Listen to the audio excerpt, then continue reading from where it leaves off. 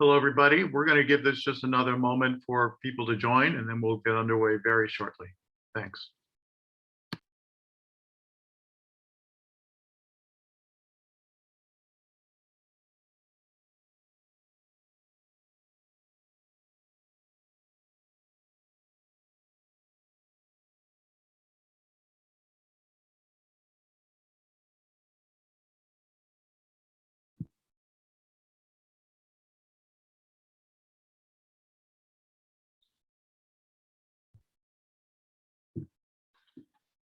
Okay, we'll get underway.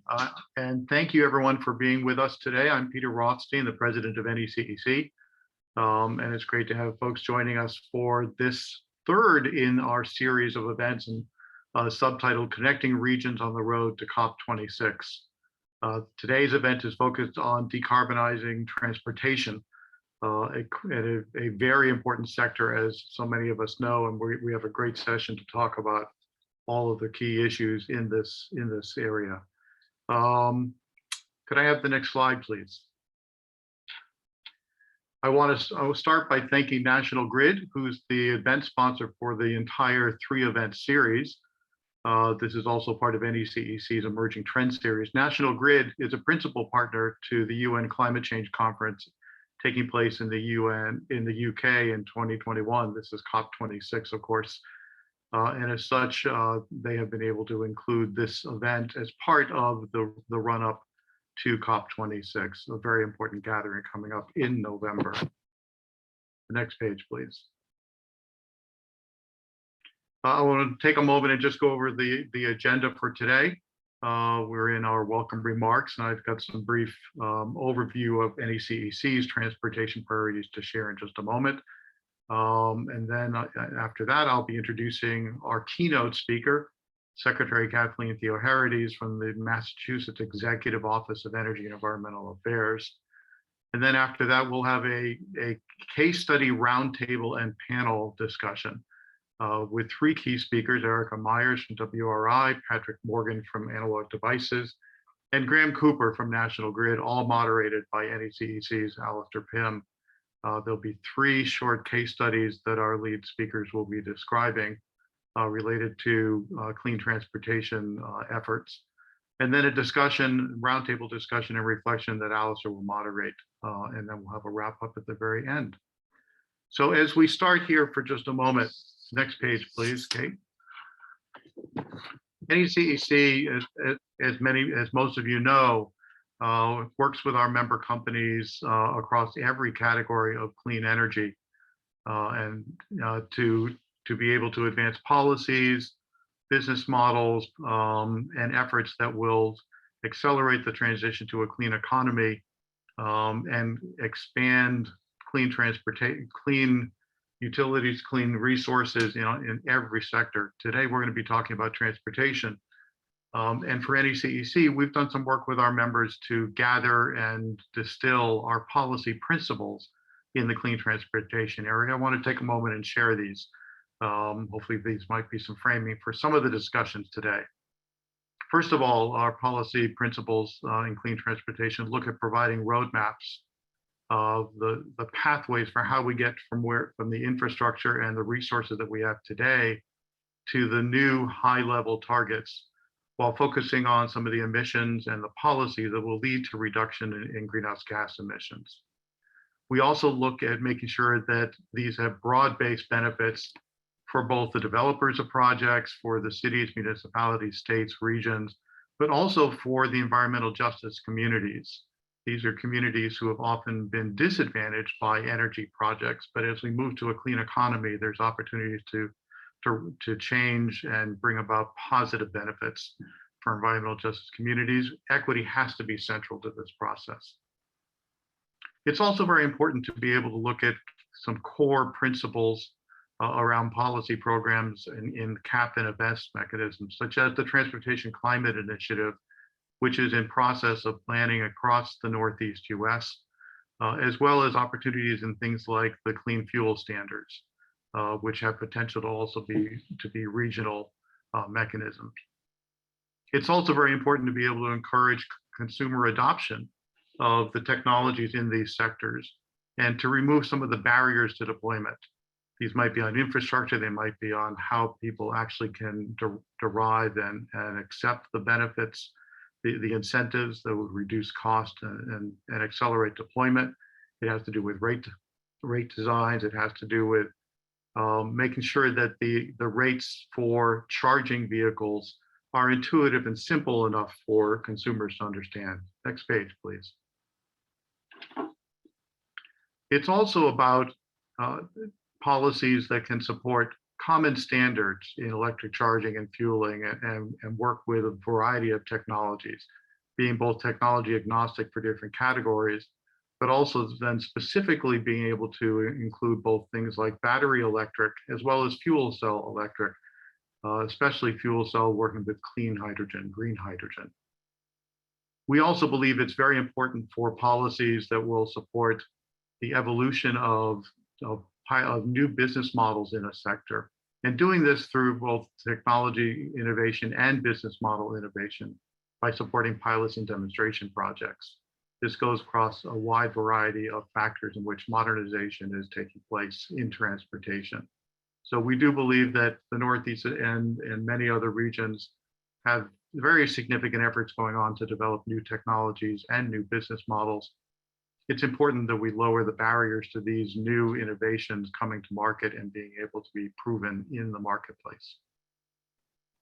So these principles, what we've seen on this page and the previous one, are ones that we'll be sharing on the NECEC website as we publish this policy principles booklet. I hope it's helpful for some of the discussion that we'll be having today. And for that, actually, if I can move on to the next page. It's time to introduce our keynote speaker for today, Secretary Katie Theoharides, who is the Secretary of the Massachusetts Executive Office of Energy and Environmental Affairs. Katie, if you want to turn on your video and microphone, I'll hand it off to you. Well, thank you so much, Peter, for the introduction and for the opportunity to be with you all today. It's a very exciting time for us here in Massachusetts as we make significant progress forward in implementing the climate bill that passed the legislature and was signed by the governor back in March, and really taking aggressive action on our Global Warming Solution Act goals and our clean energy and climate plan.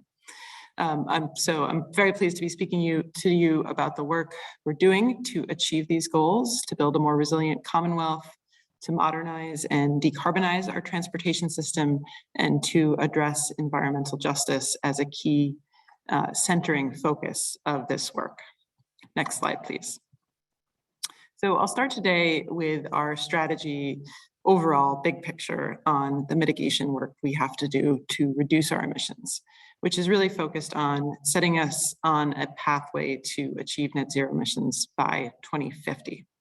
That target is, of course, consistent with where the science says we need to be, but there's no doubt it's an ambitious target, and we know we'll need everything we have to put in place to get there. And so one of the first steps that we took after the governor announced this goal back in 2020, pre-pandemic, was to engage in a comprehensive science-based 2050 decarbonization roadmap process, which looked at the different viable pathways that were available to the state to achieve this nation-leading climate goal, given the backdrop of federal policy, technology changes, and statewide policy.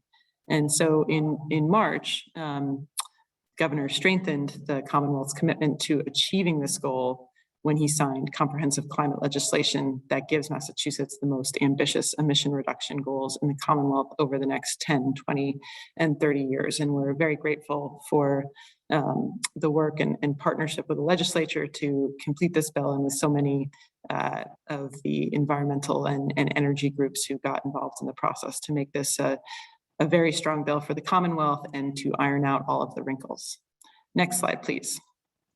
So while this bill strengthened the Commonwealth's commitment to achieving net zero in 2050 and put that into legislation and into law, this target has been a focus for the administration for 2 years, as I mentioned. And so we've been working on that 2050 decarbonization roadmap over that period.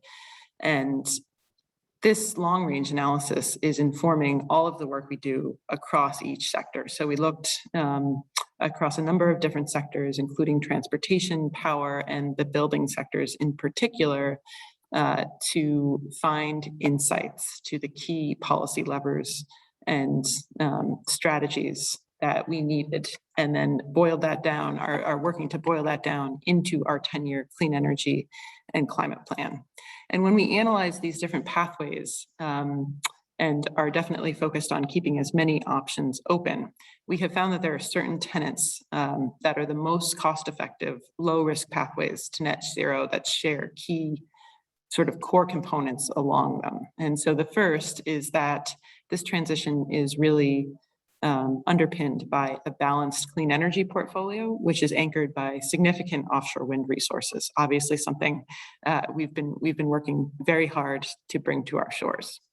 More interstate transmission is a key piece of this to allow us to access a diversity of renewable generation in other states and in Canada, particularly as we're electrifying and growing our load. And more relevant for our conversation today is just that piece. So we need widespread electrification of transportation and building heat to plug into that clean generation. And we need to do both at the same time. It's not, clean up all of our generation first and then plug into it. It's doing these two things in parallel and at the same time really paying attention to our transmission and building that system out. And so to keep costs low, we need to reduce costs by replacing energy infrastructure when it's up for replacement across this entire portfolio. Next slide. We're very proud of our work with the legislature on this issue and the progress that's been made in the last year to raise the bar for climate action, not just here in Massachusetts, but across the United States. And I think this bipartisan record of collaboration in Massachusetts to take on this generational challenge is a good model for the rest of the country. So Senate Bill 9, I'll just mention a few key pieces of this. Governor signed it in March, and there has been a number of key elements that we are already working on, but really 4 key provisions that will help us make significant progress to move our climate and decarbonization goals forward. As I mentioned, the codification of net zero by 2050. It increases our authorization for offshore wind.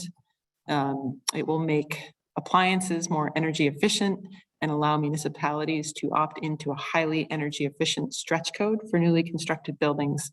And it includes new nation leading provisions that will help us protect environmental justice communities. Next slide. And I wanted to spend a moment on those. They're not specifically related to transportation alone, but I think they're relevant to the entire discussion here. Because we know that for too long, certain communities in Massachusetts and indeed around the country and the world have had to shoulder an undue burden of pollution and environmental impacts. And this bill begins to reconcile that history by codifying environmental justice into state law and requiring that existing pollution is part of the record when the state is making environmental permitting decisions. And that process right now, it's called cumulative impacts, is ongoing at our Department of Environmental Protection to stakeholder how those regulations should be written and to assess the cumulative impacts of different projects into the permitting process. And this is for infrastructure projects, but it's also for things with a large transportation footprint, which is also true of the changes that were made to our MEPA review process, which will be looking at additional review for any project that is in an environmental justice community or for air permits for projects with an air impact within 5 miles. So we're continuing to build on this work with a number of initiatives at the executive office, like the Transportation and Climate Initiative program that I'll mention more about in a moment, and some of our other ongoing transportation emissions programs. And I think this is a key tenet of our work going forward, that environmental justice is centered in all of our decarbonization efforts, as well as our work on the resiliency front.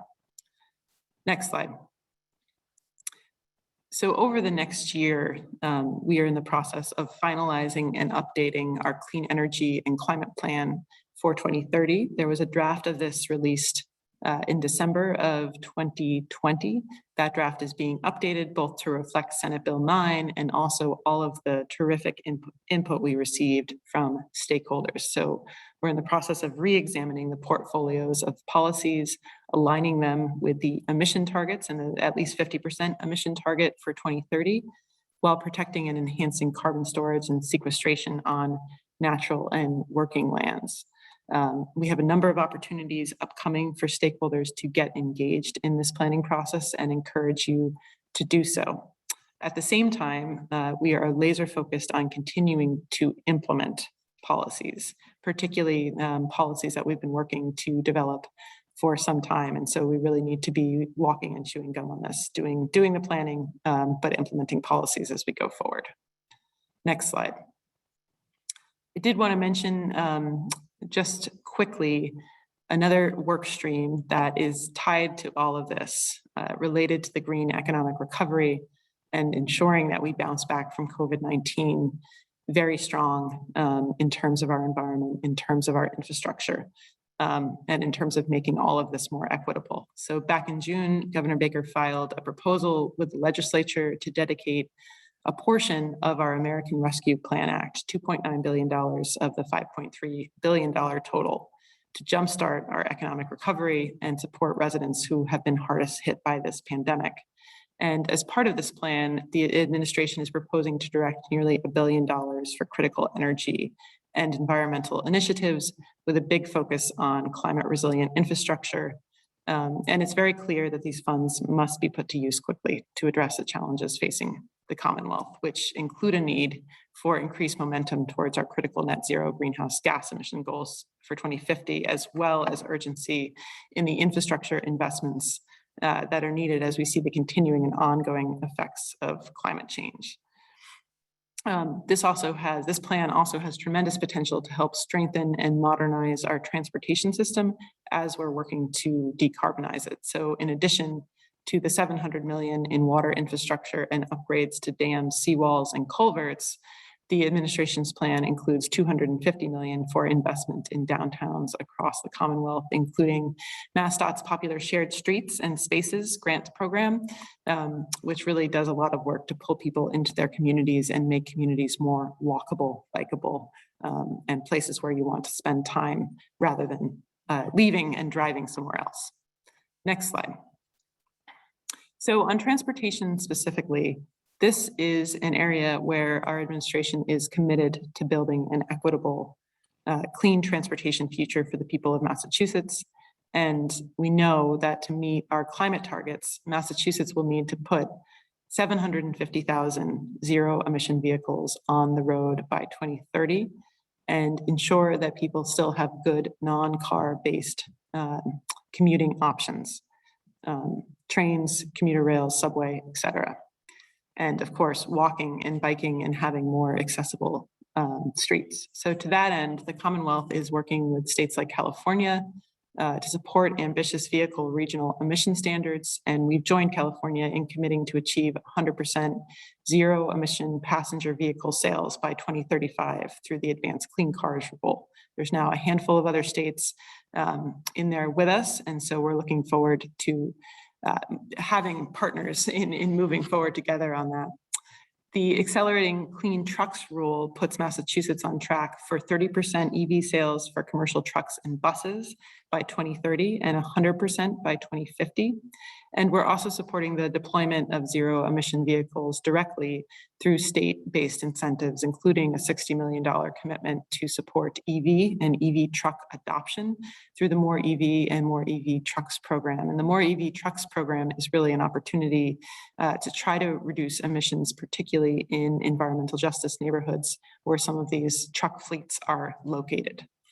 The administration has also made significant investments in EV infrastructure, including $65 million in electric vehicle charging infrastructure through National Grid and Eversource Make Ready programs. And the utilities have proposed hundreds of millions more in funding for EV infrastructure for phase 2 investment, which perhaps you'll hear more about today. Additionally, Mass DEP has been using Volkswagen settlement funds to create the Mass EV Infrastructure Program, our EVIP program. And to accelerate the market for EVs in the Commonwealth, the administration has been working through the Massachusetts Clean Energy Center to launch a new fleet advisory program that provides technical assistance for fleet managers looking to transition to EVs. So again, trying to reduce some of these barriers that pop up when people are trying to make this transition. A key piece of this program and a number of the additional programs I've mentioned, including incentives. Additionally, the Clean Energy Center's Act Now and Act for All grant programs are supporting innovative approaches to advance clean transportation markets in Massachusetts, focusing on environmental justice communities. This past April, Governor Baker signed Executive Order 594, which was an update to our Lead by Example order. And this set a target of 100% ZEV in state fleets by 2040. And to further that goal, the MBTA is purchasing 80 battery electric buses this year and opening 3 battery electric facilities by 2028. And as you can imagine, there's some lead time for ensuring that we have the infrastructure in place to efficiently and effectively run these buses. And so that's an ongoing piece of work in that work stream. Additionally, we're looking at the possibility of developing a clean fuel standard as part of our clean energy and climate plan. Peter mentioned this a moment ago, but to lower the carbon content further of gasoline blends through our plan and potentially in partnership with other states. And a big piece of our work regionally has been our continuing efforts on the Transportation and Climate Initiative program that would provide the first enforceable limits on transportation emissions, as well as hundreds of millions for additional investment in clean transportation, improving health outcomes, and with a particular focus on environmental justice communities. So a number of work streams going on transportation and much more to come through our clean energy and climate plan. Next slide. So as we focus on building a cleaner, more modern transportation system that's anchored by decarbonization, I think there are a number of opportunities we are looking at as we move into the decade ahead. I think continuing to build on our more EV rebate program and obviously continuing the work with the states in the Transportation and Climate Initiative are key pieces underpinning all of our work, but we're also building on our investments in EV charging corridors. And we think there's an enormous opportunity to accelerate this progress and make even greater strides if Congress is able to pass the $1 trillion bipartisan infrastructure deal. I know a lot of us are waiting on this right now, but that would deliver $8 billion specifically to Massachusetts to invest in our roads and bridges, in our public transportation system, to significantly expand EV charging and to bring broadband services to areas that are currently lacking the support and the ability for residents to telework. A number of these priorities were priorities that we have identified for our TCI proceeds and other proceeds. And I think, this is a tremendous opportunity if it works out. And the dollars are delivered to Massachusetts. And, whether we get it or not, we are going to hit our targets and make the investments we need to make, but this would really galvanize those efforts going forward. So it's certainly of critical importance, not just in the transportation sector, certainly in the building sector and on the resiliency side of the house as well. So I will close. Next slide, please. We obviously have our work cut out for us as we take on climate change and decarbonize our economy and focus in on each of these sectors that needs to move the needle if we're going to achieve our overall economy-wide goal. And organizations like NECEC and its membership are such critical partners in this effort to build this clean transportation system that we want here in Massachusetts, and that we know will not only be better for the climate, but will be better for all of our communities. So we're very grateful for your collaboration and your advocacy. And as we pass the summer and head into the fall with COP26 on the horizon, we know that the time is now to really build on these efforts and ensure we continue to make progress on these priorities. So thank you again, and look forward to an interesting panel discussion.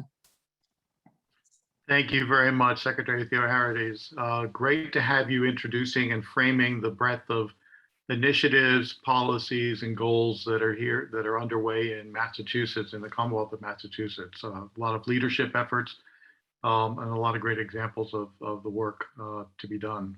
So thank you very much. Thank and you. with that, I'm going to move us on and introduce the case study roundtable. And I'll be turning it over to Aleister Pym, the Vice President of Innovation and Partnerships with NECEC, who's going to moderate this session and introduce the three speakers. Aleister. Thank you, Peter, and thank you, Secretary Theoharides. It's clear that there's a lot of work to be done, but I'm actually quite encouraged because I think we're in a reasonably good place in this region. And we have roadmaps, we have targets, and we're starting to deploy and learn from those early deployments, both here, but also around the world. So I'm also encouraged because I think we're getting into the details now of who does what best, whether it's the government, whether it's utilities, or whether it's the private sector. And we're continuously discovering what needs to be innovated so that we can ensure that speedy, affordable, and just transition that the Secretary talked about. So learning from other areas is what today's all about, connecting regions so that we can share best practices and see what else we could be doing here. So it's my pleasure today to introduce our speakers who I think are ideally placed to dig into some of those details and share their perspectives and insights and help us understand what else we could be doing. So our speakers today include Erica Myers, who's the Director of E-Mobility at the World Resources Institute, where she advises cities on how to electrify their transportation. She spent over 2 decades working in government and nonprofits and is an acknowledged expert in the field, serving as an advisor to the DOE. Then we'll have Patrick Morgan, who's the VP of the Automotive Business Unit, Analog Devices, which is a billion-dollar part of the famous Boston-based processor company. And they just joined our strategic partner network earlier this year, so we're really grateful to learn from their perspectives. He leads a team that, with clever design of their processes and the sort of overall systems in which they work in, is helping auto OEMs solve some of the barriers they face in the EV transition and helping to make a more sustainable business models for the EV industry. And finally, we have Graham Cooper, who heads up the National Grid's work in the UK on decarbonisation of transport by leading and coordinating all the work they do there across the pond in the regulated part of their business. And his work helps the government, the energy and automotive industries transition towards zero-emission vehicles. So before I call on Erica to start the presentations, I'd like to explain to the audience how you can provide questions to us. I did see one suggestion for a question in the chat, but if you could use the Q&A box, that's where I'll be looking to pick questions from you. So please put your questions in there, and when we get round to the Q&A at about 12:15, I'll be looking there. So now over to you, Erica. Thank you very much. Thank you so much for having me here today. And just a quick check on the slides. I'm hoping you all can see my deck here. Yep. Great. So thank you for that introduction and for the opportunity to present to you all today. I wanted to quickly give you an update of the agenda. I will cover this very quickly, e-mobility and equity topics, future of zero-emission vehicles, and a few examples of case studies that we've been working in around the world. WRI, for those who don't know, is a global think tank based in Washington, D.C., but we have offices distributed everywhere, as you can see from this map. We engaged with roughly 400 plus cities and 650 million people within those cities. And we have a team of over 110 electric vehicle experts scattered amongst our offices, and wanted to also just quickly highlight the key areas of focus, which do include equity and e-mobility, fleet electrification, road mapping, and vehicle grid integration. So a lot of us probably are aware that there are many, many benefits to electric vehicles, almost as many barriers, unfortunately, especially for certain communities. in addition to the greenhouse gas emission benefits that we've talked about in the prior presentation, I wanted to also illustrate some of the concerns for environmental justice communities as it relates to air pollution impacts from a lot of our on-road transportation.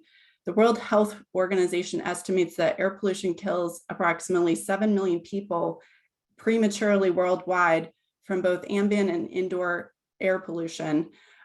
In some ways, this is another form of a pandemic that is not widely discussed, but one that has been normalized, unfortunately, as a necessary evil in the name of progress.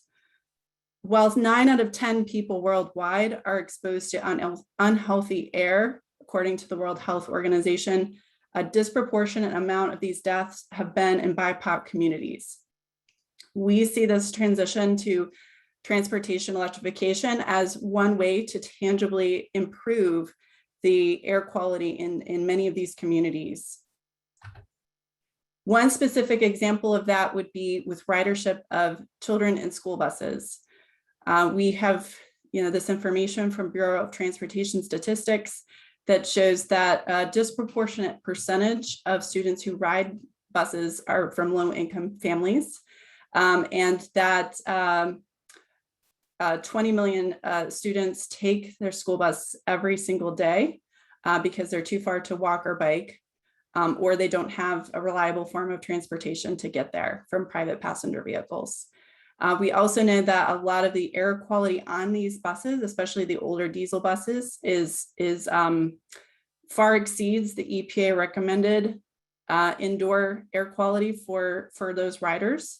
And because students, many of them who are very young, their brains are still forming, and has a potential impact on everything from their future cognition all the way to exposing them to very cancerous forms of pollution. So WRI is very focused on helping to electrify this particular form of transportation for many of these students. Unfortunately, today, we still do not have a lot of electric vehicles. This is a very newer industry. In terms of the total population of vans and trucks and passenger cars, it's relatively low. Buses and 2- and 3-wheelers, fortunately, we're starting to see a rise globally in the portion of EV share of sales. And in terms of the forecast, it's looking even more positive for many of these different segments. With buses specifically, I point to the 2030 forecast by Bloomberg New Energy Finance of 63% of all new vehicle sales by 2030 will be electric buses. This will require a significant amount of new charging infrastructure globally, 300 million charge connectors, with many of those being in home and work, and an investment of nearly $600 billion by 2040 to meet that charging infrastructure demand. In North America, that specifically translates to about $125 billion for EV charging infrastructure, with the vast majority of that investment at home, public fast charging, and commercial charging. The key question here is, where will those chargers be installed?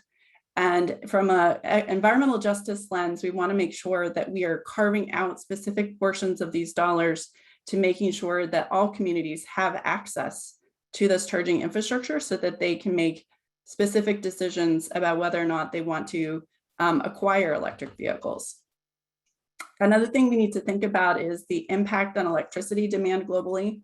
Bloomberg New Energy Finance forecasts anywhere from 5,500 to 8,000 terawatt hours are expected by 2050, roughly 15% of all global electricity by 2050. And this could obviously have major impacts in terms of how we're going to be either developing new electricity generation, or potentially taking advantage of the generation we already have access to. WRI is specifically focused on renewable energy as an opportunity for this new demand, as well as getting people to shift their charging to hours of the day that will have lower impact on the grid. I wanted to specifically highlight our US electric school bus project as one that we think is a great example of major transformation for children and school buses. By 2030, our goal is to have 100% of all school buses in the US be electric, and that we will be supporting schools specifically with technical assistance over the next 5 years to help them do this. If any of you know of schools who are interested in electric buses, we'd be happy to talk to you after this call to help you make that connection to our team of folks working on that directly with schools. I also wanted to mention we have another international initiative that's supporting 20 cities with also fully deploying electric bus fleets over the next 5 years with a goal of 100,000 e-buses over a 5-year period procured. And then finally, US curbside charging is another area we think is really a great example of how we could support access to charging infrastructure, which is unfortunately not very convenient right now for many citizens. According to 2019 US American household surveys, 34% of US residents don't have a garage or carport. This figure jumps to 61% for renters. And so we think that it's very important to have reliable local public charging infrastructure in these communities that have a high percentage of renters, and that we know curbside chargers can be very expensive, somewhere in the neighborhood of $6,000 or more per charger. And one way we could do this more cost effectively is through pole mounted chargers.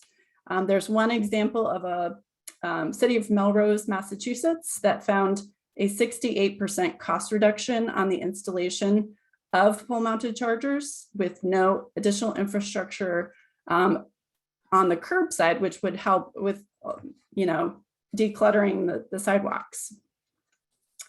So there's many different kinds of applications for pole mounted charging that could be done on streetlights, or they could be dropped down from an existing utility distribution pole.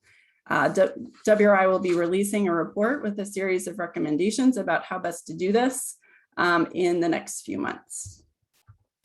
There's my contact information, and I'd be happy to chat with anybody after the call. That's great. Thank you, Erica. Some really good facts to help us focus and understand where we are. And really good to see that Melrose is leading the way. So appreciate you mentioning that. And I'm sure there'll be a lot of interest. So you can see Erica's details there. We will be sharing both the slides, and we are recording this presentation. So information will be available afterwards. So next, I'd like to call on Patrick Morgan from Analog Devices to pick up the mic. Over to you, Patrick. Hello, everybody. Thank you, Aleister. Let me go ahead and share the slides here. Just give me a minute.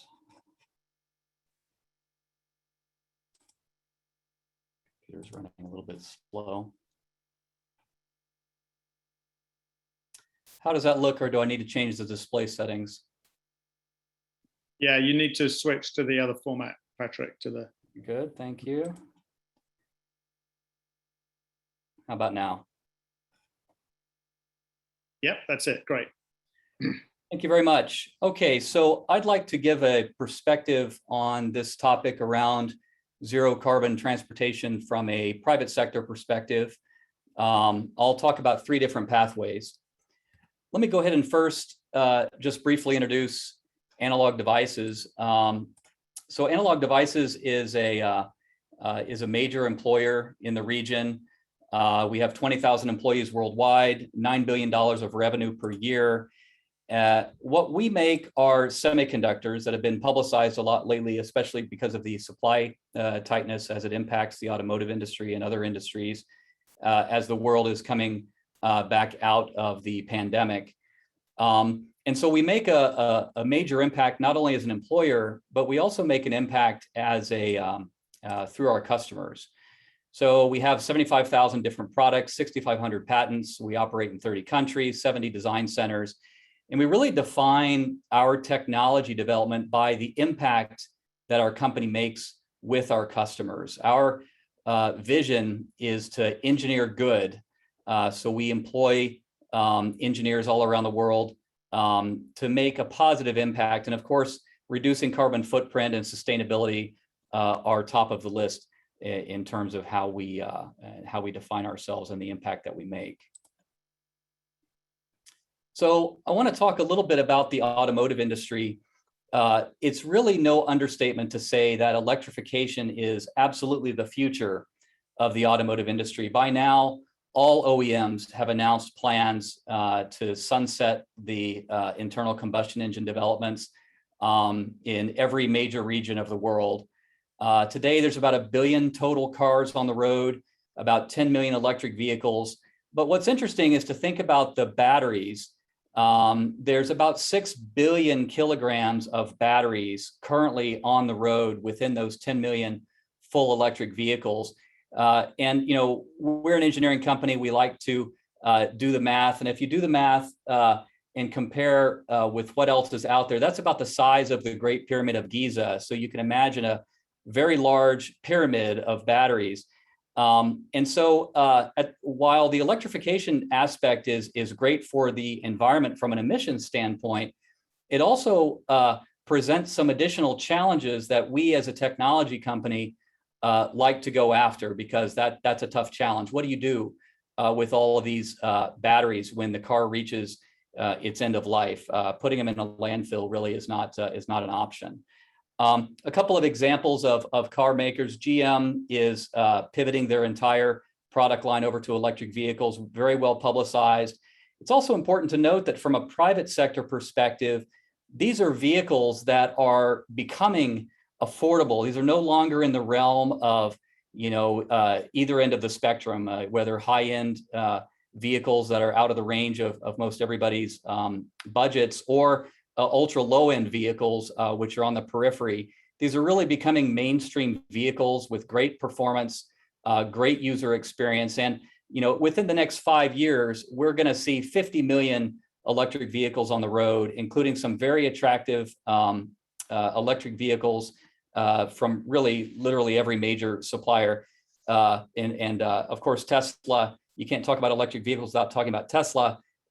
You know, they have by far the most successful electric vehicle in the world, the Model 3, soon to be coming down as publicly announced to a very low price point, very long range, and attractive in many ways. So let me talk about 3 pathways that we measure ourselves by. The first is emissions. But it's emissions not only from the zero emissions vehicles or full electric vehicles, but it's also from the existing vehicles that are on the road. So what this graph shows was a calculation that we did. The dark blue bars are how many megatons of carbon dioxide equivalent emissions that we're saving with our technology. Today, we ship in about 90 different car models. And of course, more growing every day as those vehicles grow on the road. But also in terms of the battery management technology for existing vehicles, turning the car off. You're probably familiar with the technology. Very likely you have that already in your car. Just ensuring that stays activated. Actually, when you multiply by 1 billion cars on the road, actually saves quite a lot of carbon dioxide emissions. So in 2021, just the technology from our company saved about 100 megatons of carbon dioxide, which is equivalent to about 80 million acres of mature forest. That's something that we believe is an important impact. There's another impact as well, and this one is a little more complicated, where you think about the circular economy. You know, this is a concept that is out there, extending it from everything from the green energy side through the battery manufacturer and vehicle manufacturing, but then supporting a vehicle to grid think of the vehicle as an energy storage mechanism as well as an energy consumption mechanism. So for us as a technology company, that's exciting, and that presents some technical challenges that we like to go after. So having the vehicle go back into the grid. And then, of course, I mentioned the challenges with batteries, and I'm going to talk about that in a second. But the point here is that batteries need to be reused and not just recycled. Reusing all of the, or as much of the chemistry as possible within the battery actually presents the best return on investment for the OEMs.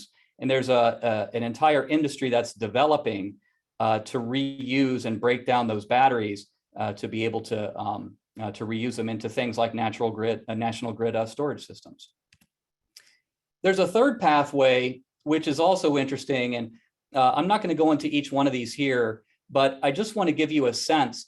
We're really just at the beginning of a major new innovation cycle in electrification, valued in the trillions of dollars. It has massive impact, and it's not just about zero emissions. It's also about zero carbon footprint vehicles. Think of the vehicle itself as having a carbon footprint. How do you make that entire vehicle go down to zero carbon? You have to innovate across the entire supply chain and across even within the materials that are used within the vehicles. You're going to see that over the next 5 to 10 years as OEMs are creating factories, scaling up their fleets. And it has to be done safely, of course. It has to be done so that we as consumers are confident that we can buy a safe vehicle and the vehicle will get us where we want to go. Batteries, zero cobalt. I think it's time for the industry to move beyond using cobalt in batteries. Cobalt's a conflict mineral. It's full of challenges. And there are some excellent alternatives such as LFP that are available and used in the marketplace. So you're seeing some OEMs, and we advocate this as well, moving away from cobalt. You even see things like wireless batteries that I'm going to talk about in a second.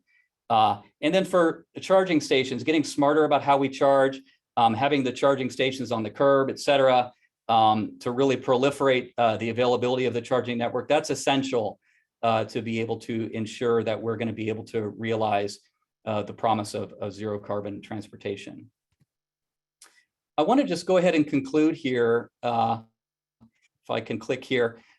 You may have just a short case study, perhaps. On the left side, you may have seen the Super Bowl advertisement. General Motors has been very vocal about electrifying their Hummer. That's a great platform because if you think of what the Hummer was, it was pretty much the poster child for gas guzzling vehicles. And now to re-release it as a fully electrified vehicle is quite interesting and quite a bold move. So you're going to see a lot more of these Hummers coming out there with wireless battery technology, which we have developed here at the company. And I want to go ahead and see if I can play this commercial. Let's see if this works.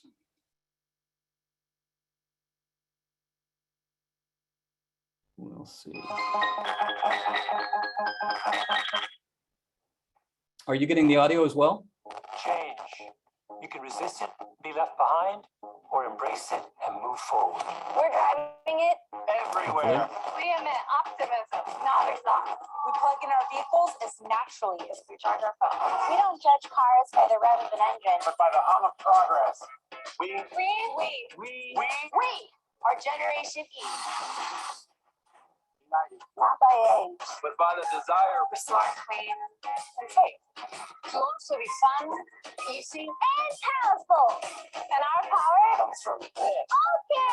a battery that charges fast. Runs long. It fits everyone. Because when it comes to this all-electric future, nobody will be left out. Changes everything.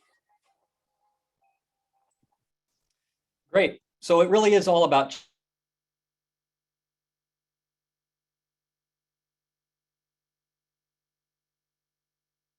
We lost you right there, Patrick, but it was a great video. So thank you for sharing that and for sharing your insights. But I think since we've lost you, I think we should turn to Graham right now. Let's hear from Graham Cooper of National Grid.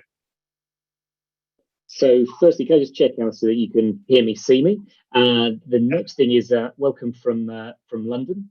I feel a little embarrassed that I don't have a set of slides for you, but I much prefer a TED Talk style because I think coming last, it allows me to respond to the previous speakers, but I think it also sets up a whole bunch of really, really useful discussion points. So let's pick up on some learning points. So firstly, I'm responsible for transport decarbonisation for National Grid in the UK. In the UK, National Grid has a slightly different role to that it does in the US. We own the monopoly transmission system in the UK. So we're operating at 400,000 volts and 275,000 volts. So this is really big voltage, national grade stuff, right? And of course, people plug in at the local distribution system, they're not at our voltage. But at the same time, when we talk to people in the transport sector, those in the transport sector don't care who owns the wires. They don't necessarily care what the voltage is. What they want is to be confident that they can go electric. So 3 or 4 years ago, we were asked the challenge by our government. And actually, what's really an interesting one, because don't forget the UK in US terms is just a crowded little island. But we find ourselves a couple of things happening here. So firstly, energy is not devolved. It is a national objective. However, we devolve transport to the regions. So we already have a disconnect, because to be able to make an adequate transition to clean transport, what we really need is 3 sectors to come together. We need energy, transport, and digital to come together harmoniously. Digital kind of being the glue that sticks energy and transport together. But as the energy lens, we've obviously been working in an environment that is very slow moving. We've had the ability to respond to a generation market that has changed very slowly until recently. So in the way in which we respond and we react to a pretty mature market, how does a business like National Grid in the UK respond to transport? So 4 years ago, we approached this in an entirely different way. Firstly, big utilities have a tendency to tell you what you're going to get, rather than ask you what you're going to want. I mean, certainly from a UK perspective, we tend to do the we're big and you're small. We've been doing energy longer than you, so we're right and you're wrong. And that doesn't set you up for success when you're looking at a very immature but fast-moving market. So what we did very early on is just ask the question, what is it that the transport sector is trying to achieve? What is it that's driving that sector? What is it that they want from the energy industry? And more importantly, what do they need us to do? But that's just as important, asking them, what do they need us to stop doing? Now, this led us into a whole variety of conversations. I spent my first 4 months in my job having over 400 meetings and interviews with people in the transport sector. We know energy, we don't know transport. But what came out really, really strongly is the transport sector is expecting the energy utilities just to make this happen.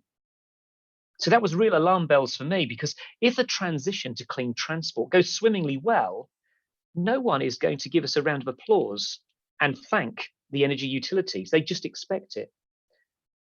The converse of that is, if we don't do a great job, when that transition isn't seamless, who is the transport sector going to blame? They're going to blame energy utilities. So this is as much about self-preservation as it is about enabling a brand new market and a swift transition. So what did National Grid in the UK do, and how does that map across, and what are the opportunities that create? So firstly, asking a whole bunch of questions, you learn a lot in a hurry.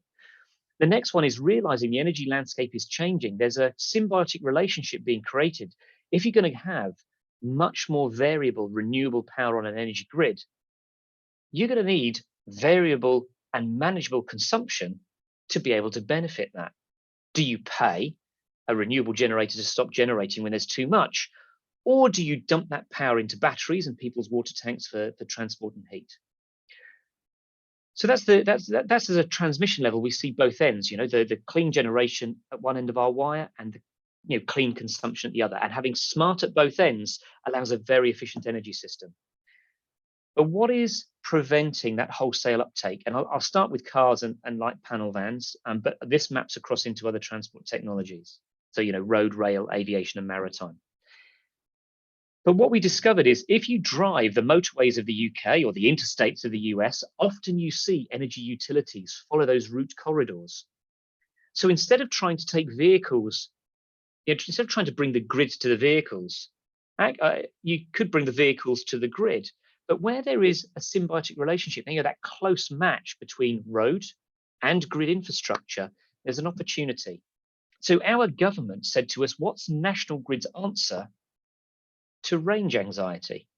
Now, ask an energy utility about that automotive question, and blank face is something that happened very, very quickly. But we thought about it strategically. If we model the UK road network as an electricity grid, and we model transport use as electrons, we can ask our energy model, where are the optimum nodes to have high power en route charging? So we did that. We were amazed at the results, because what we realized is there was a huge synergy between these rest stops on our motorway, on your interstate, and the optimum nodes for high power en route charging. But when we took that finding to our government, they said, well, that's fantastic, marvelous, great. So why isn't all of the high powered charging industry jumping into these locations? So we went and asked the charging industry. And their challenge was that energy infrastructure is long term.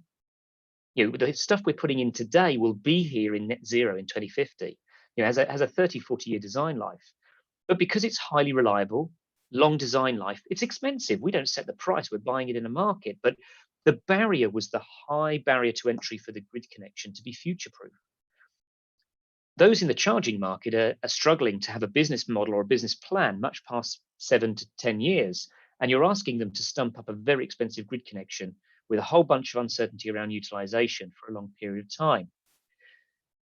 So by playing what we were hearing back to our government, people rail on governments and legislators and say, just fix it.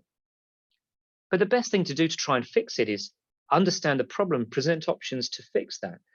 So what we said to government is, this is what we've heard. There's a market failure in the underlying grid capacity. But if you fix that, then the very nascent charge point market will come at pace to deliver customer-focused solutions. And if you do it at government level, what you can do is you can instill confidence in the user. What users need is to know they can go outside the range of the battery. And to do that, you need two things: continuity and consistency.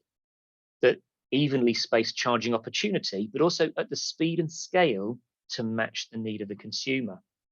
Now, what that's actually now become, and it's a surprise to us, is we've now sort of become government's critical friend, because actually we presented both an industry-wide answer to a problem, which was the market failure was the adequate future-proof grid capacity, but don't meddle as a government where there is a very competitive and highly commercial market in charge points. So what that has led to is a government strategy for the UK, which is, they call it Project Rapid. So this is basically future-proofing all of the rest stops on our strategic road network, those interstates. And don't fix it for today's need, fix it for 2030 to 2035. And what that's doing is generating a consistent approach where government is intervening with £950 million to buy grid capacity. But what that will do when it's delivered is unlock high-powered en route charging. Now, high-powered en route charging isn't the silver bullet, magic bullet here. Let's be honest. Charging is going to happen at home and workplace, destinations, your cinema, your supermarket. But the confidence piece, when you start to talk to those who are making the transition, is they need to know that they can have confidence to go outside the range of the battery. And that's where the energy utility sector has an ability to be the enabler of transport decarbonisation. Now, I'm not suggesting for one moment that the UK has got some playbook and knows all the answers, but we wouldn't have come up with this answer unless we were challenged by the transport industry as to how utilities would look to fix this. So I'm going to stop at that point, because I'm sure people on this event will get more out of asking challenging questions than me rabbiting on in English from London. I'm not telling you how this is done, but the important thing from my perspective is if you take away nothing, please just take away anything other than collaborate, collaborate, collaborate, and understand that this is three disruptive industries that don't play well together. They need to coordinate and collaborate for success in this sector. So smart charging, smart transport makes a smart energy system, and we're all in this together. So I'm going to stop at that point. I'll hand back to Aleister and hope that's just given you a snapshot of what we've learned in the early stages of transport decarbonisation from the UK. And we will take that learning into rail, aviation and maritime, but also the smart charging element we're about to take forward into things like clean heat. How do we exercise heat pumps to actually load shift to make the most of clean energy? I'm stop at that point, hand back to you, Aleister. Thank you, Graham. And that's a great story of collaboration between government, utilities and the private sector. And I really sincerely hope that you carry that on with all the other sectors that you just mentioned. So great start. Thank you. I'm actually going to ask Erica and Patrick to put their cameras on as well and sort of join us as a panel. And I'd like to give Patrick a chance to take the first question because he had a sort of a blip with his video at the end. So Patrick, I don't know if you had any other messages, but I'll give you this question. I mean, you mentioned the positive impact you want to create with your sustainable battery pack systems. You're part of the supply chain for General Motors and you've got to measure your impact. But one of the questions that came out of the audience was, what are you doing about your supply chain beneath you and their Scope 3 emissions to make sure that really is a sort of complete circle? Sure, great question. And yeah, sorry about the technical glitch. I think the video took out the link.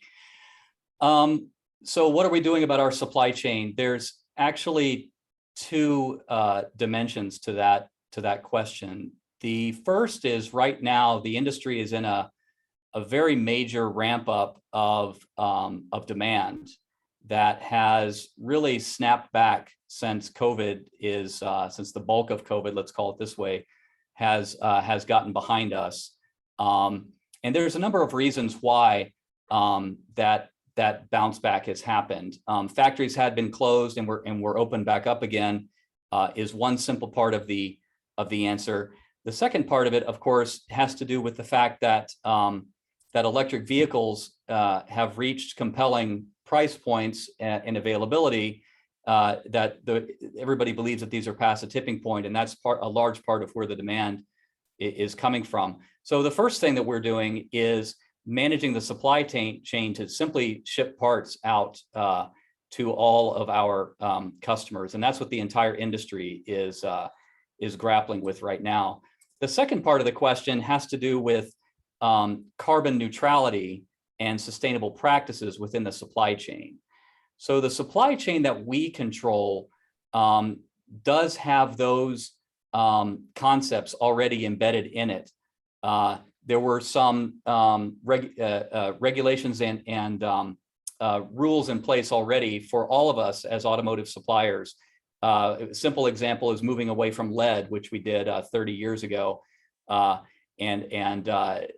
now going much further beyond that to make sure that the components that we provide are fully green, renewable, and over time will also have a zero carbon footprint, as I tried to mention about the vision of the zero carbon footprint vehicle. It's not just about the materials, but it's about it's about the chips and the processors that you mentioned that we make that go inside those vehicles. So yeah, that's definitely something that we're driving and that you're going to see more of from the industry as time goes on. Thank you, Patrick.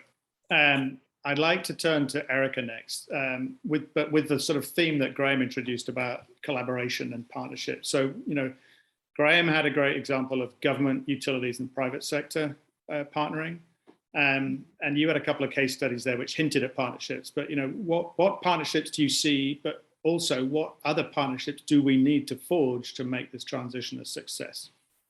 Sure, I'll just expand on the case study I mentioned with curbside charging. So typically those assets are owned by either municipal utilities, IOUs, or some other utility that owns the distribution pole.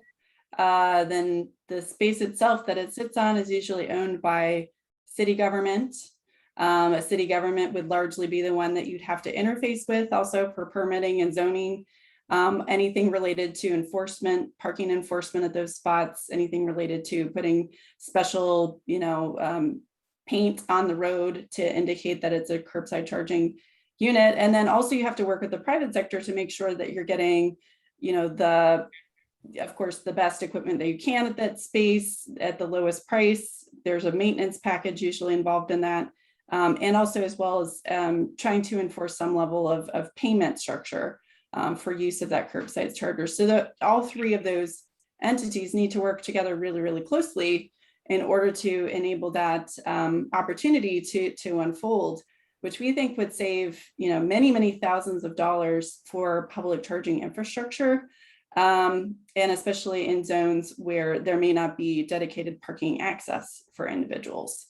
And especially in dense urban environments or even less dense suburban areas where individuals may be in an apartment or HOA or something with their condo that would limit or restrict their ability to charge or install their own charging infrastructure, or even accessing just a regular, you know, 110 volt plug. All these things are barriers to individuals who would like to go electric and, you know, benefit from the total cost of ownership decline.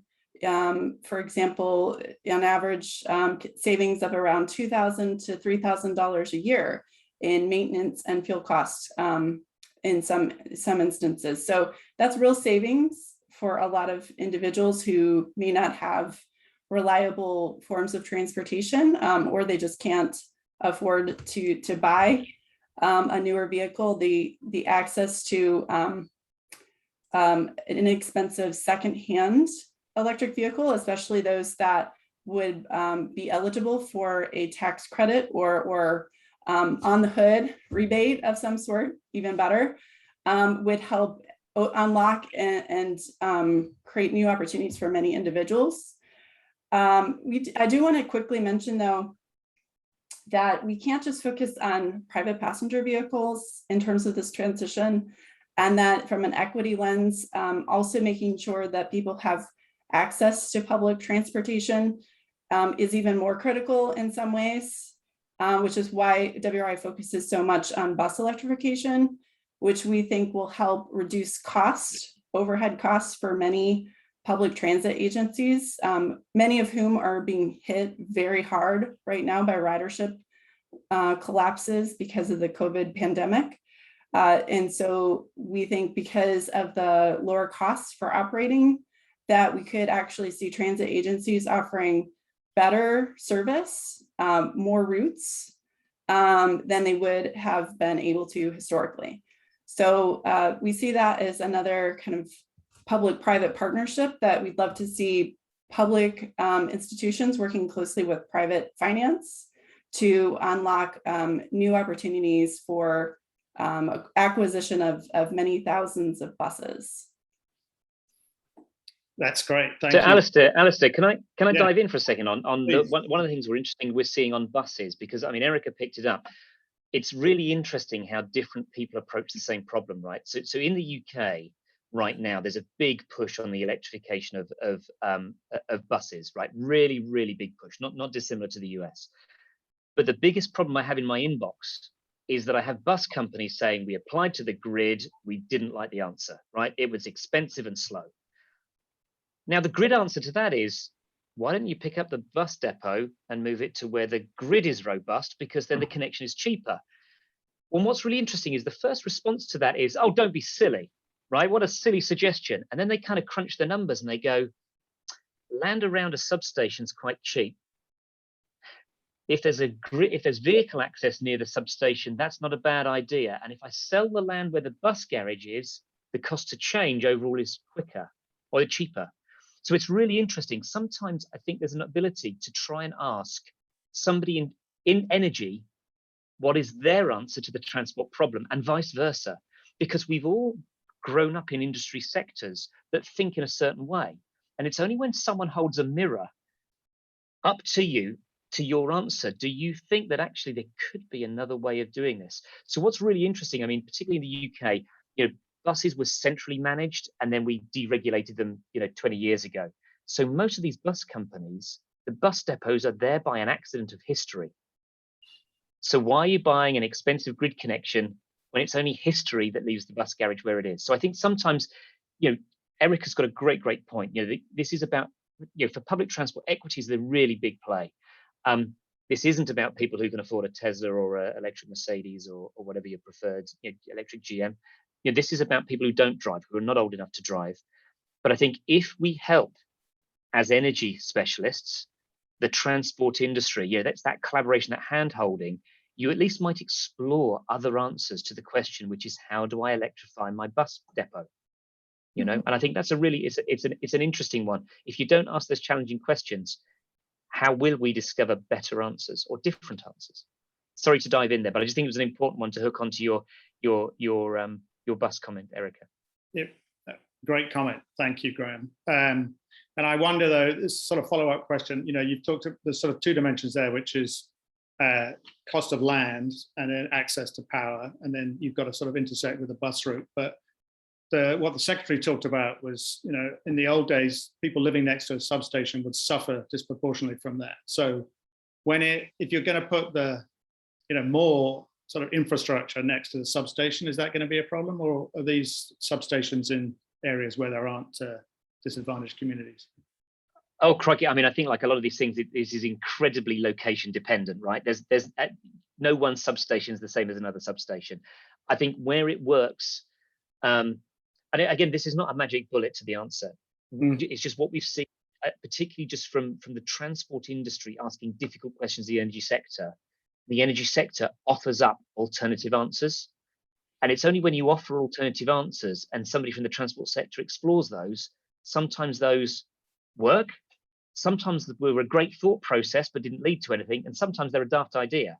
But I think unless we hold ourselves to a higher standard around that more whole system thinking, this is not the energy industry to fix or the transport industry to fix. This is for all of us. This is all about the planet that we sit on and the air that we breathe. So there's something in it for everyone. So everybody needs to bring their A game. So we do need to look and make sure that this is a just transition or an equitable transition. But at the same time, if you're thinking about those disadvantaged communities, if someone said you get the latest buses that are quiet and clean, and they're going to be in your community first, why wouldn't you want that first? I think sometimes, we impose infrastructure on people. Why don't we ask them what they want and what the wider benefit is to the choices that maybe they have influence on? I mean, this is what we're all in this together, right? And I think there's an important stakeholder piece here that often things like energy is done to people. I think the general populace need to be part of that. Well, there's a good comment actually in the chat from one of our members who's saying that they'd absolutely welcome an electric bus charging depot in their community instead of a smelly old diesel one. So I think there's your answer.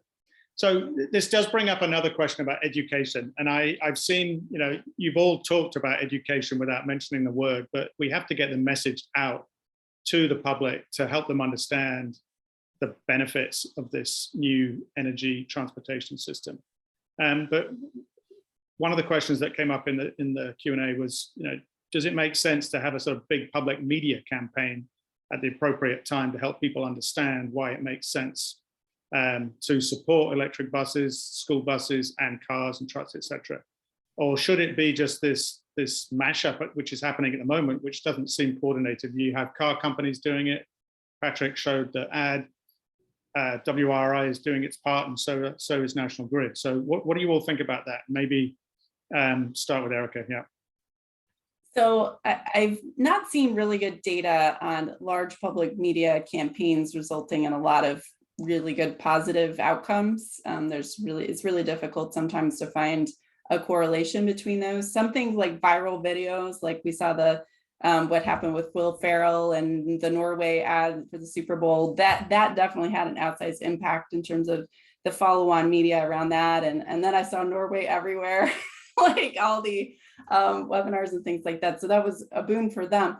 But in terms of how we actually tangibly can get into communities and make people care, one of our approaches with the electric school bus initiative, it's the most widely recognized fleets of all the fleets, probably aside from maybe garbage trucks, but widely recognized in a community, usually a source of community pride, usually something that people really are interested in and aware of. And so when you start to convert school buses to electric, that is a totally different level of buzz in a local community. not only parents are more aware of now that they don't hear this like rumbling diesel thing going down their street. It's a quiet ride. The kids like it. They're not shouting over each other.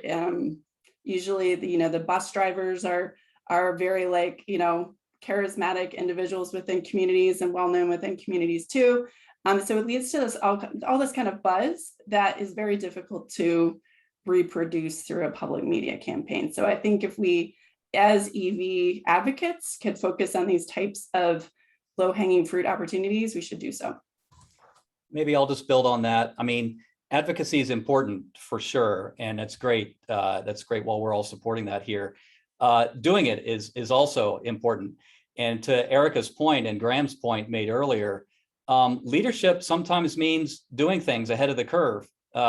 So let's continue to get the message out, hold our leaders accountable to take the first position on this system, because once someone rides in an electric school bus, it is a better experience. There's no question about it.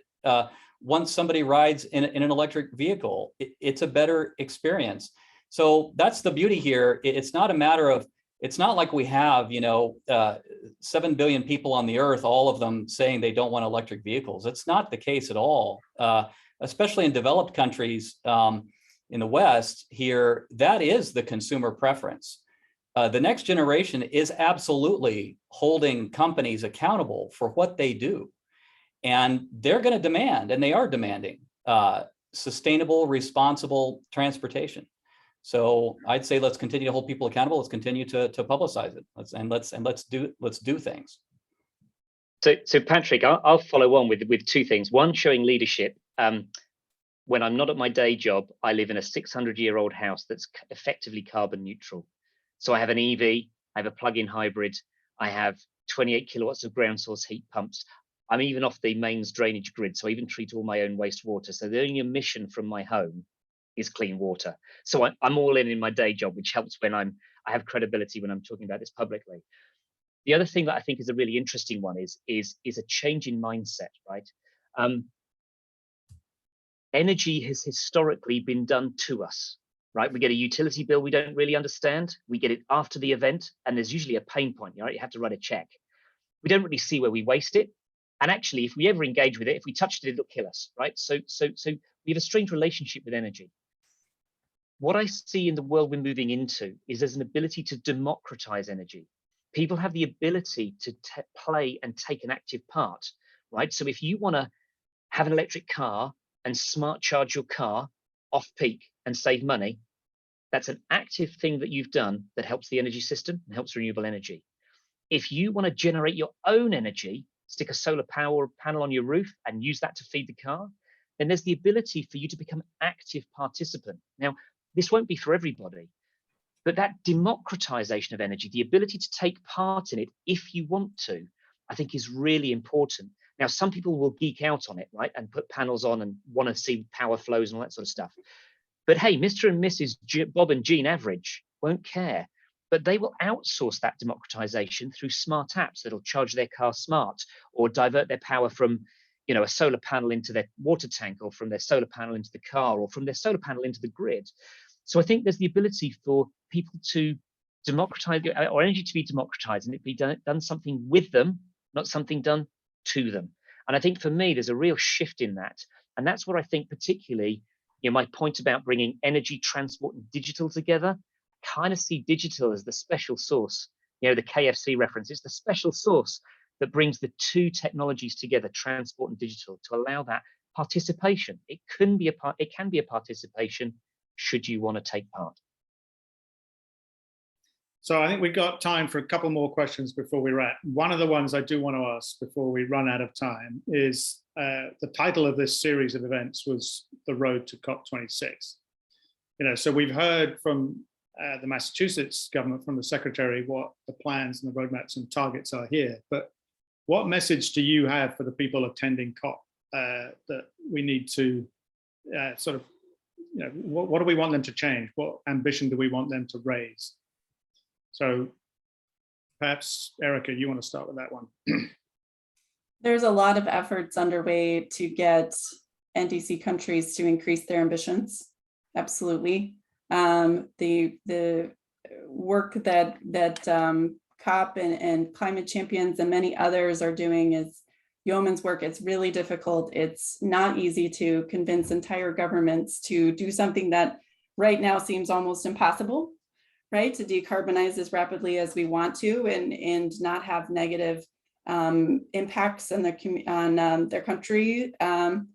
It can be very daunting. So, but we have to do it, right? Like the latest IPCC report tells us absolutely we have even less time than we thought we had to decarbonize our energy system and other systems. So I think that's what industry and folks who are on this call can do to help support this transition is just showcase to leadership that it is possible. It can result in lots of jobs. It results in new tax base. One of the talking points I like to say here in the US is we spend so much money on oil that is imported into our country. If we could just reinvest those dollars into our local utility or into local economy, just what does that mean in terms of all these new jobs and access to opportunities that their community members may not have otherwise. So I think we have to shift the discussion from this is almost impossible, I don't know how we can afford to pay for it, to we don't know how we could do it. If we like what the outcome of this is so much worse if we don't pay for it, you know, so we have to reframe that conversation. I think maybe I could add on to that. The one thing that I would poke at would be continue to involve the private sector, continue to involve industry. To Graham's point, things being inflicted, you know, if policies are inflicted onto the population and there is no tangible benefit for the population to do it, the population either won't do it or it'll be unsuccessful for a variety of reasons. So we in the private sector are used to that situation. We understand the notion of consumer pull. And there's never been, in my opinion, a more, you know, the time is absolutely perfectly right to take advantage of where the world can be, to paint a vision of what the world is, and to be able to have profitability synonymous with sustainability. You know, if you look at that, you know, ESG companies are more highly valued. So what does that tell you? That tells you that the investor base gets it, and the investor base gets it because the consumers get it. So let's, you know, keep the end consumer in mind, keep the private sector involved, and let's do things that incentivize to create a world that we all want to live in. That's really, I think, what this is all about. And just to follow up, I violently agree with both what Erica has said and Patrick. I mean, I guess the one thing, if I'm going to build on the messages from those, is let's stop talking about it and get on with doing it. Okay, do not let the perfect be the enemy of the good. We often find ourselves with, you know, policymakers wanting to get the policy perfect. We're trying to get, you know, industry wants to make sure the legislation's fully baked before they move. I think there's an element here is the biggest single enemy to all of this is not capital, it's time. But the thing that worries me is as an energy utility, my regulator doesn't value time.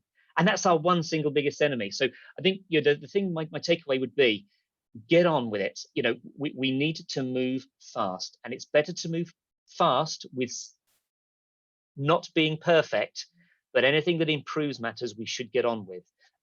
Because things like transport, we kind of know what the pathways look like. We need to build time and space for the very difficult to abate technologies to be able to find their solutions. And I think, you know, from that perspective, it's about making big commitments that turn policy to action. And that's where I do. But big round of applause, because the fact that we found out this week that President Biden is showing up to COP26 in Glasgow. You know, I don't know how well known that is, but that is really important. Show up. You know, that is, I can't express how important that is seen from a European lens. That President Biden is allegedly showing up at COP, and that allows us to get some real momentum. So anyway, I'll stop at that point. But I think for me, let's just get on and do stuff. Well, I think that's a great segue actually to Peter to wrap up, because our motto for this decade is the decade of action. So I think we completely agree with you. It's time for action. There's lots of action to be contemplated. There's policy work, but there's still a lot of innovation needed, as Patrick suggested, and a lot of education and helping with technical assistance, as Erica suggested. So thank you so much to Erica, Patrick, and Graham for a really inspiring panel and some great provocative thoughts to get us thinking and moving. So Peter, I'll hand it back to you for a quick wrap up. Thank you, Aleister, and thank you also, Erica, Patrick, and Graham. Great conversation and really so relevant to everything going on today. Thank you for your organizations, World Resources International, Analog Devices, and National Grid. National Grid, of course, again, is our sponsor for this series on connecting regions on the road to COP26. Incredibly important. We have some upcoming events, and I want to just quickly let you know about these. The first one here is software needs for grid modernization and distributed energy resources integration.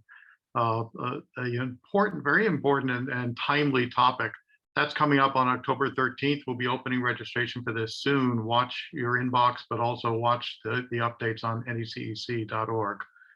Another event, part of our Emerging Trends series, 24/7 Clean Energy, a very interesting aspect of the architecture and design of the supply and demand parts of a clean energy infrastructure.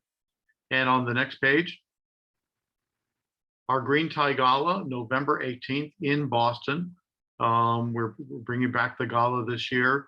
We'll have some updates on ticket sales coming very soon. So again, watch this space, watch necec.org. Make sure you're on our mailing list. And if you're not already a member of NECEC, please consider joining. We do a lot of work together, the events, but also our policy work, our joint advocacy, our innovation work, and our market development work. It all goes to that. What you see there is the tagline on the NECEC logo, your partner in the clean energy economy. There were so many examples of partnering in this transition to a clean energy economy that were part of the event today. And we look forward to continuing to work with all of you. Thanks for being a part of it today. Thanks for joining us.